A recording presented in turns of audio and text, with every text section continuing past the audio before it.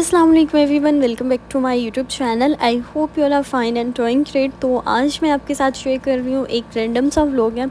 Literally बता रही हूँ, आई गॉट सम एक्नी मतलब एक्नी की वजह से ना लिटरली मैं इतनी अपसेट हो चुकी हुई थी ना। मेरी लाइफ में कभी भी ऐसे नहीं हुआ कि मुझे कभी एक्नी का इशू हुआ हो। I stop my skin care. जब से मैं सऊदी आई हुई थी मैंने अपनी स्किन केयर बिल्कुल ज़ीरो कर दी थी। कोई स्किन केयर पे फोकस नहीं था। जस्ट सुबह उठे हैं हल्का सा किसी भी मॉइस्चराइज़र से अपना मॉइस्चराइज़र कह रही हूँ, किसी भी क्लेंजर से अपना फेस वॉश कर लिया। उसके बाद हल्का सा मॉइस्चराइज़र लगाया, फिर उसके बाद बीबी क्रीम लगा लिया, कंसीलर लगा लिया, डेट सेट। तो ये चल रहे थे स्किन केयर। तो बस इन्हीं गलत हरकतों की वजह से आई गॉट सम एक्नी और मुझे इतनी स्वेयर किस्म की फोरहेड पे ना एक्नी हो गई थी। और मेरी तो लाइफ में कभी भी मुझे एक्नी से पाला नहीं पड़ा, वास्ता नहीं पड़ा, बल्कि हर कोई मुझे अप्रिशिएट करता था। You got a very clear and मतलब ये वो ब्ला ब्ला, तुम्हारी स्किन इतनी अच्छी है, ये है वो है। तो मुझे इतनी हैप्पीनेस फील होती थी। तो जब मुझे एक्नी इस बार हुई ना तो मुझे लग पता कि ऐसी इतनी स्वेयर किस्म की एक्नी होती है ना। बेशक आपको लाइफ में कभी भी एक्नी का इशू नहीं हुआ, फिर भी सारे देखने वाले पूछ रहे होते हैं ये तुम्हारे मुँह पे क्या हो गया है, तुम्हारे मुँह पे क्या हो गया है। तो जो सबसे ज़्यादा डिस्कस्टिंग और अनोइंग चीज़ लगती है ना, वो सबसे ज़्यादा यही लगती है कि सब आपको तंग कर रहे होते हैं कि ये तुम्हारे मुँह को क्या कर लिया है तुमने, ये हो गया है, वो हो गया है। तो मैं काफ़ी ज़्यादा इसकी वजह से अपसेट हो गई थी। फिर मैंने सेफोरा पे गई, वहाँ से मैंने ये ऑर्डिनरी का सैलिसिलिक एसिड लिया और ये काफ़ी अच्छी प्रोडक्ट है। अगर आपको भी कभी लाइफ में एक्नी का मसला हो जाए ना तो आप लोग भी ये सीरम यूज़ कर सकते हो। तो मैंने ये सैलिसिलिक एसिड यूज़ करना स्टार्ट कर दिया और इससे मुझे इन्फ्लेमेशन में बहुत ज़्यादा बेहतरी फ़ील हुई। और इससे मुझे जितनी भी वहाँ पे ख़ारिश हो रही होती थी, मेरा दिल कर रहा होता था कि इचिंग होती थी, फिर दिल करता था कि वहाँ पे मैं और ज़्यादा ख़ारिश करूँ जहाँ पे, क्योंकि वो एक्ने भी नहीं थी, वो कोई स्वेयर किस्म की मुझे ना बैक्टीरियल इन्फेक्शन हो गया था फोरहेड पे। तो नाउ डेज़ मेरी स्किन केयर भी चल रही है जिसमें मैं क्लींजर यूज़ कर रही हूँ। उसके बाद मैं कोई भी सीरम यूज़ करती हूँ। जैसे मुझे एक्ने का इशू हुआ है तो मैं सैलिसिलिक एसिड यूज़ कर रही हूँ और फिर इसके साथ ही मैं सन ब्लॉक यूज़ करती हूँ, मॉइस्चराइज़र यूज़ करती हूँ। और आजकल ये मैंने रेवोल्यूशन का न्यू ब्लश लिया है तो ये काफ़ी अच्छा है और काफ़ी ज़्यादा क्रीमी टेक्सचर में था। तो ये काफ़ी फ्रेश लुक देने लग जाता है। बस इसको अप्लाई करो, उसके बाद आप इतने फ्रेश और इतने प्यारे लगने लग जाते हो ना, कुछ भी लगाने की ज़रूरत नहीं होती। तो वैसे एक्ने ने तो मुझे इस बार ड्राई दिया था, मतलब लिटरली बता रही हूँ, आई गोट सम एक्ने स्कार्स। और ये वो मुझे लग रहा था कि ये कभी भी मेरा पीछा नहीं छोड़ने वाली अब एक्ने। मुझे इसी वजह से ना मैं काफ़ी ज़्यादा अपसेट हो गई थी। मैंने काफ़ी ज़्यादा टेंशन ली और फिर मुझे इतना गुस्सा आता था, मेरा मूड स्विंग्स करते थे। तो अब मैंने अपनी स्किन केयर स्टार्ट करना शुरू कर दिया। तो मुझे लग रहा है कि अब मेरी स्किन काफ़ी ज़्यादा इम्प्रूव हो गई है और मैंने कोई भी एक्स्ट्रा चीज़ें यूज़ नहीं की। और मैंने बस ये किया था, मैंने अपनी स्किन केयर जो मैं थोड़ा बहुत सन ब्लॉक लगाती थी वो भी मैंने स्टॉप कर दिया था और मैंने बस ये सैलिसिलिक एसिड यूज़ करना शुरू कर दिया था। तो अच्छा जी, ये नेक्स्ट डे स्टार्ट हो गया यहाँ पे। तो यहाँ पे मैं बनाई थी नगेट्स अपने लिए और यहाँ पे ना मेरा दिल नहीं कर रहा था कुछ भी खाने का। मैंने जस्ट इससे पहले मैंने ग्रीक योगर्ट लिया था और इतना मज़े का था, लेकिन इतना महंगा आता है ना ग्रीक योगर्ट हमारा पाकिस्तानी कोई 400-500 बन जाते हैं। तो मेरा मतलब दिल तो करता है कि डेली बेसिस पे खाऊं, लेकिन फिर मैंने आज ये ग्रीक योगर्ट ले लिया। उसके बाद मैंने नगेट्स ले लिए क्योंकि मेरा कुछ भी खाने का दिल नहीं कर रहा था। और कभी कभी ऐसे हो जाता है कि जब मैं जिस दिन आप बहुत ज़्यादा लो फील कर रहे होते हो ना, मतलब रोटी वगैरह खाने का दिल नहीं कर रहा। तो फिर मैंने सोचा कुछ तो खाना है ना, तो फिर मैंने यहाँ पे चीज़ नगेट्स ले लिए थे और ये मैंने अपने लिए थोड़े से ऑयल में फ्राई कर लिए। और मुझे यही होता है, मैंने जो भी चीज़ खानी है मैं बहुत कम ऑयल में फ्राई करके खाती हूँ और हमारे चूल्हे की हालत को बिल्कुल इग्नोर कर देना हमसे इतना ज़्यादा काम नहीं होता डेली बेसिस पे, इसको इतना रगड़ा नहीं जाता, मांजा नहीं जाता। तो फिर डेली बेसिस पे ना चूल्हा बस काम शाम करो, खाना वगैरह बनाओ और फिर चूल्हे की हालत यही हो जाती है। खैर इसके साथ साथ आजकल काफ़ी ज़्यादा मैं एक्नी से अपसेट हुई हुई थी। तो जो भी मेरे रूटीन में चल रहा होता है, मेरी कोशिश यही होती है कि मैं आपके साथ शेयर करूं और होनेस्टली बताऊं कि कौन सी प्रोडक्ट एक्नी के लिए अच्छी है।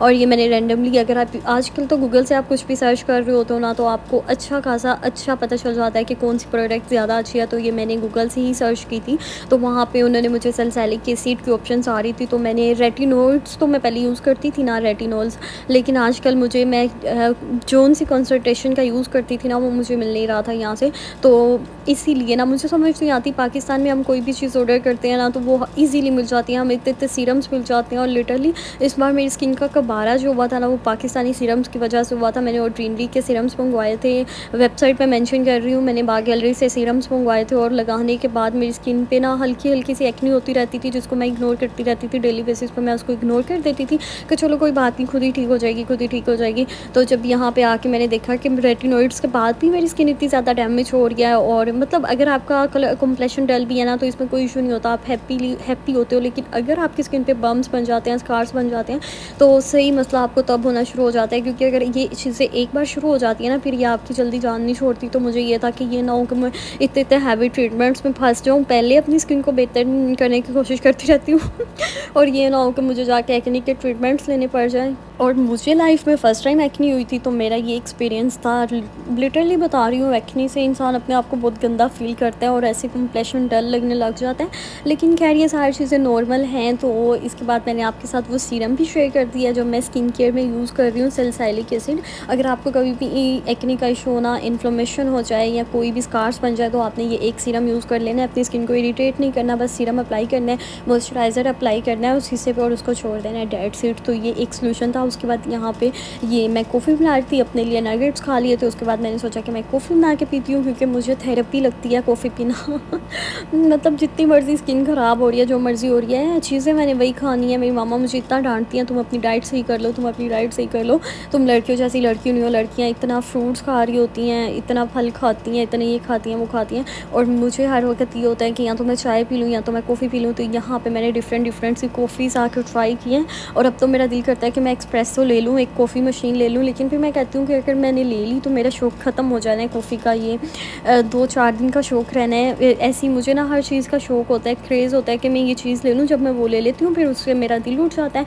और 1-2 दिन के लिए मैं खुश होती हूँ। तो फिर मैं सोचती हूँ कि ऐसे काम चलता है, तो ऐसे बना के पी लेते हैं। वो बस एक चस्के है ना, एक्सप्रेसो ले लो या उसमें कॉफ़ी बना के पी लो, तो वैसे बिटर से भी अच्छी कॉफ़ी बन जाती है। तो यहाँ पे मैं लेके आई थी नेस्कैफ़े की एक्सप्रेसो, मैंने यूज़ की थी।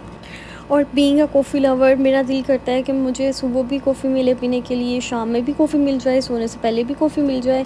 तो ये हाल चल रहा होता है, और सारा दिन जो घर की रूटीन होती है वो यही होती है। आज मैंने आपके साथ अपनी एक प्रॉपर रूटीन लुक शेयर किया है कि मैं सारा दिन क्या करती हूँ, क्या मेरी एक्टिविटीज़ होती हैं और किस तरह से मैं अपना टाइम स्पेंड करती हूँ। और मतलब डेली बेसिस पे ना मुझे ये होता है कि मैं आपके साथ अपना व्लॉग लाज़मी शेयर करूँ, क्योंकि मुझे एक मोटिवेशन होता है कि मैंने आप लोगों के साथ अपनी वीडियो शेयर करनी है। आप लोग देखते हो, नहीं देखते, लेकिन आप लोग अगर मुझे कमेंट्स कर देते हो, तो मैं इतना कह रही हूँ, मैं उतने में ही बस हैप्पी हो जाती हूँ कि चलो कोई तो मुझे देख रहा है ना। और मेरी कोशिश भी ये होती है कि मैं आपके साथ रियल और होनेस्ट चीज़ें शेयर करती रहूँ। और फिर उसके बाद यहाँ पे हम आ गए थे शॉपिंग करने के लिए। तो यहाँ पे मैंने आके लिया था अपने लिए गोल्ड बैंगल लिया था। मुझे ना काफ़ी अरसे से, मैं अरसे कह रही हूँ मतलब अरसा ही हो गया ना, तो काफ़ी अरसे से मेरा दिल करता था कि मैं ना कोई भी अपने पहनने के लिए ना कोई इस तरह का बैंगल लूँ, इस तरह की चूड़ी लूँ जो ना मैं हर वक्त कैजुअल वेयर में पहन सकूँ। क्योंकि मेरे पास ऐसी चीज़ें थी, लेकिन मेरे पास ऐसी कोई भी चीज़ नहीं थी। तो यहाँ पे मैं जब वीडियोस बना रही थी, तो यहाँ पे ना तो उसने समझा शायद मैं कोई बहुत बड़ी इन्फ्लुएंसर हूँ, तो वो मेरी ऑडियंस को ना वो हेलो बोल रहा था। तो मुझे इतनी हंसी आ रही थी, मैंने कहा मुझे देखता कौन है।